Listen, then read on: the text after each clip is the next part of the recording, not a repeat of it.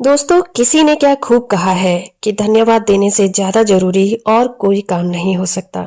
हमारी प्राचीन सभ्यताओं से जो हमें टीचिंग मिलती है ना, उससे हमें पता चलता है कि हम जो भी चीज सच्ची भावना और प्यार से किसी को देते हैं, वो 100 गुना होकर हमें ये प्रकृति वापस कर देती है। इसीलिए दूसरों से मिली हुई चीजों के लिए ग्रेटफुल होना और उन्हें थैंक यू कहना खुद की लाइफ को बेहतर बनाने के लिए बहुत जरूरी है।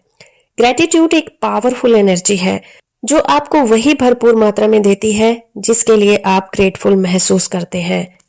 आप इसे ऐसे भी सोच सकते हैं, ग्रेटिट्यूड एक मैजिक डस्ट की तरह होती है। जैसा आपने कई बार मूवीज में देखा होगा या फिर हैरी पॉटर मूवीज में तो देखा ही होगा, और मुझे पता है ये मूवी सभी ने एक ना एक बार जरूर देखी होगी। इस मूवी में हमें मैजिक डस्ट का एग्जाम्पल देखने को मिलता है। एक ऐसी मैजिक डस्ट जिसे अपनी इच्छा बोलते हुए हम किसी के ऊपर फेंक देते हैं तो वो पर्सन हमारे लिए वही करने लग जाता है, या फिर इस मैजिक डस्ट को फेंकने के बाद वही होता है जो हम चाहते हैं। तो ग्रेटिट्यूड भी इसी मैजिक डस्ट की तरह काम करता है। ग्रेटिट्यूड की जो फीलिंग है ये मैजिक डस्ट है। इसको फील करते हुए जिस भी पर्सन के लिए या फिर इस ब्रह्मांड में मौजूद किसी भी चीज के लिए आप ग्रेटिट्यूड फील करते हैं, या फिर ब्रह्मांड में मौजूद किसी भी चीज के लिए आप ग्रेटफुल महसूस करते हैं, तो वो चीज उतनी ही मात्रा में आपकी लाइफ में बढ़कर चली आती है। ग्रेटिट्यूड एक पावरफुल पॉजिटिव एनर्जी होती है जो किसी भी सिचुएशन में हमें अच्छा महसूस कराती है और उस सिचुएशन को पॉजिटिव मोड़ देकर एक सुखद अंत तक ले जाती है। क्या आपने कभी ये महसूस किया है कि हम अपने पूरे दिन में कितने ही लोगों से मिलते हैं? अब वो चाहे फोन पर मिलें, ईमेल के जरिए से मिलें, काम के दौरान आमने सामने होकर मिलें, दुकानों में, रेस्टोरेंट में, बस, मेट्रो, ऐसी हर एक जगह पर जिन भी लोगों से हम टकराते हैं वो ग्रेटिट्यूड की वजह से ही होता है। वो ग्रेटिट्यूड की वजह से ही होता है। हमें उनसे कुछ न कुछ जरूर मिलता है कि वो लोग हैं जो हमें सेवा प्रदान करते हैं, यानी कि इनकी सर्विस से हमें कुछ न कुछ फायदा होता है। तो क्या आप इनको कभी थैंक यू कहते हैं? अगर आपका जवाब है नहीं तो आप ग्रेटिट्यूड की प्रैक्टिस नहीं करते। आप अपनी लाइफ में उन अच्छी चीजों को आने से रोक रहे हैं जो इन लोगों से आपको प्राप्त होती है। अब आप कहेंगे कि पर्सनली जाकर इन सभी लोगों को थैंक यू कैसे बोला जा सकता है? तो मेरा मानना है कि अगली बार जब आप किसी खूबसूरत से बगीचे में जाएं, फूलों को खिला हुआ देखें, तो आप उस बगीचे के मालिक को धन्यवाद कर सकते हैं जिसने उस बगीचे को इतना सुंदर बनाया और मेंटेन करके रखा हुआ है। आप जब उस सड़क से गुजरें जो कि बहुत साफ सुथरी है, आप उस सफाई कर्मचारी के प्रति ग्रेटिट्यूड महसूस कर सकते हैं जिसने वहाँ की सफाई की है। जब भी आप कोई टेस्टी खाना खाएं तो आप उस शेफ को धन्यवाद कह सकते हैं। आप इस दुनिया की हर एक उस खूबसूरत चीज के लिए ग्रेटिट्यूड महसूस कर सकते हैं जो देखने में अच्छी है, आंखों को अच्छी लगती है और हमें देखकर उसे खुशी महसूस होती है।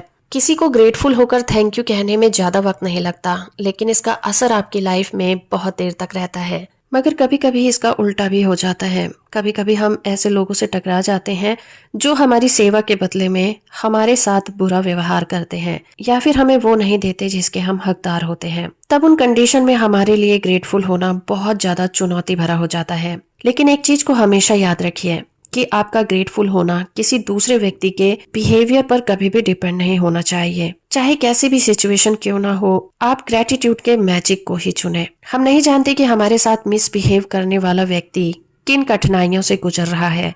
हो सकता है वो बीमार हो सकता है उसने अभी किसी क्लोज वन को खोया हो, या हो सकता है उसकी मैरिज अभी अभी खत्म हुई हो, या फिर ये भी हो सकता है कि वो अपनी जिंदगी से बहुत ज्यादा निराश हो चुका हो। तो ऐसी कंडीशन में आपका दयालु होना, आपका ग्रेटफुल होना उसके लिए उस दिन मैजिक जैसा होगा और उसे शांत रहने में मदद कर सकता है। फिलोसोफर एलेक्जेंड्रिया भी कहते हैं कि दयालु बने रहें, क्योंकि आपसे मिलने वाला हर एक व्यक्ति एक कठिन चुनौती से लड़ाई लड़ रहा है। किसी को थैंक यू कहने का भी एक तरीका होता है। जब आप किसी की सर्विस के बदले उसे फोन पर थैंक यू कहते हैं तो सिर्फ उसे थैंक यू ना कहें, उसके आगे उन शब्दों को भी जोड़ें कि आप उस व्यक्ति को थैंक यू क्यों कह रहे हैं। फॉर एग्जाम्पल, उस व्यक्ति ने आपकी किसी काम में बहुत हेल्प की थी, तो आप उसे सिर्फ थैंक यू ना कह के आप ये कह सकते हैं, आपकी इस हेल्प के लिए मैं बहुत आभारी हूँ, मुझे अपना कीमती वक्त देने के लिए धन्यवाद, मैं आपका बहुत आभारी हूँ। आपके ये शब्द सामने वाले व्यक्ति को टॉप ऑफ द वर्ल्ड पहुंचा देते हैं। आपकी इस ईमानदारी के लिए वो बहुत अच्छा महसूस करता है और फ्यूचर में आपकी हेल्प करने के लिए हमेशा तैयार रहता है। और रोंडा बहन का तो ये सुझाव है कि जब भी आप पर्सनली किसी को थैंक यू कहें तो आप उसके चेहरे को देखते हुए या आंखों से आंखें मिलाकर थैंक यू कहें,